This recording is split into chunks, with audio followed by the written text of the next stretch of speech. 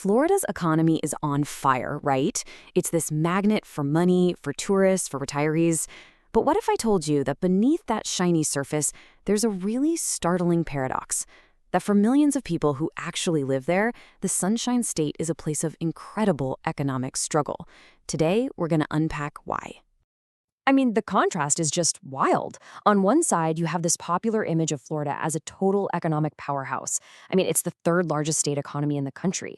But then you look at the reality for almost half of all households there, and it's a daily battle just to make ends meet, in a state with one of the highest poverty rates in the nation. And that's the real puzzle here. Since the pandemic, Florida's economy has been one of the top performers in the entire U.S. So why isn't that incredible success trickling down to the people who call it home? That's the big question we're going to get to the bottom of. Okay, so to really get how Florida got into this situation, we've got to rewind the clock. The state's modern economy wasn't an accident. It was very deliberately built over the last 100 years, creating a system that's both a huge success and, deeply flawed. For decades, Florida's economy was pretty much all about agriculture, oranges. But a huge shift started back in the late 1800s to cash in on the state's greatest asset, its sunshine. First, the railroads brought in the tourists. Then, after World War II, a massive population boom literally doubled the state's size.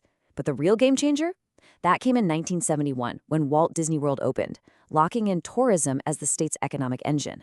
And finally, as baby boomers began to retire, Florida officially became America's retirement capital. And this change, it was total. Old industries just faded away, and they were replaced by a new economy, one built on three specific pillars. Now, these pillars would go on to generate a ton of wealth, but they also held the seeds of the crisis that Florida is dealing with today.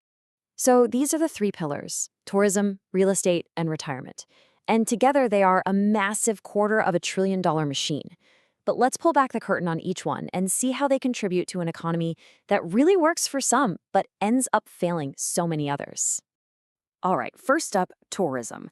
And when I say it's big, I mean it's an absolute behemoth. We're talking a $100 billion industry, all powered by nearly 2 million workers. These are the folks making the magic happen, the literal lifeblood of the whole system. But here's where the whole model just completely breaks down.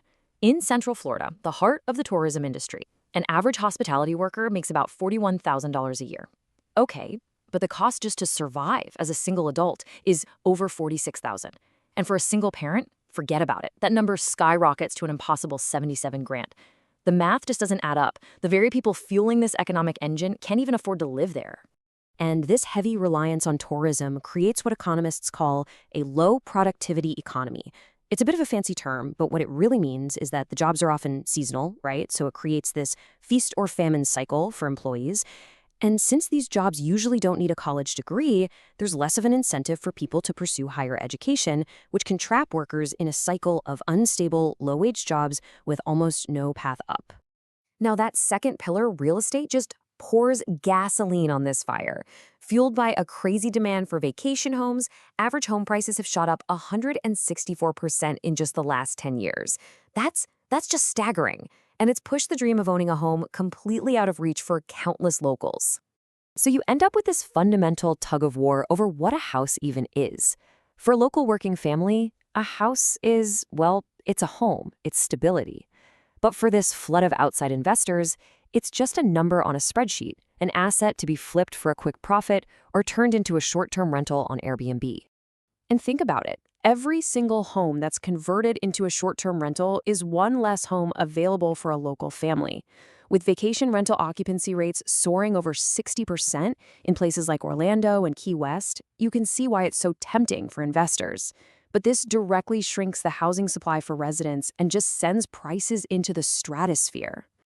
And that brings us perfectly to our third pillar, the Great Retirement Migration.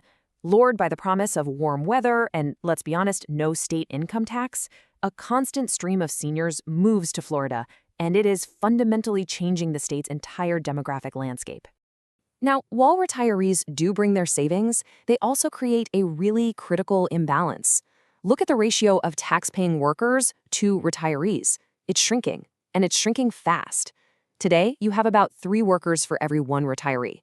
By 2030, that's projected to drop to just 2 to 1. So, what does that actually mean? Well, this demographic squeeze puts immense pressure on public services. You've got a growing population of retirees who naturally rely more heavily on things like healthcare. But at the same time, the tax base from the workforce that has to pay for all of it is getting smaller and smaller. It's a trend that really threatens the state's ability to maintain its essential infrastructure long term. So we've looked at the big economic picture. But what does this system of low wages and high costs actually feel like day to day? Well, for millions of Floridians, it's just an impossible squeeze. On paper, you might think things are looking up. I mean, since the pandemic, wages in Florida have been rising by about 5% a year, which sounds pretty good. But that raise, it's basically a mirage. Because during that exact same period, the basic cost of living for a family of four exploded by 22%. The result is painfully simple. Even though people are working harder and their paychecks are bigger, Floridians are actually getting poorer every single year. So this all leads to the critical question about the future. With an economy built on these fragile pillars and with wages that can't possibly keep up, how long can this model actually last?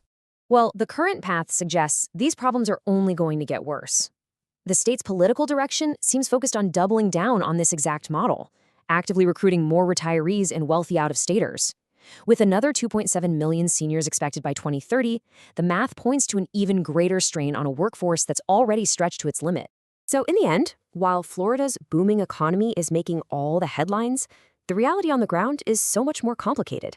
And it leaves us one fundamental question hanging over the state's future. Can the Sunshine State build an economy that actually works for the people who live there and not just for the people who visit?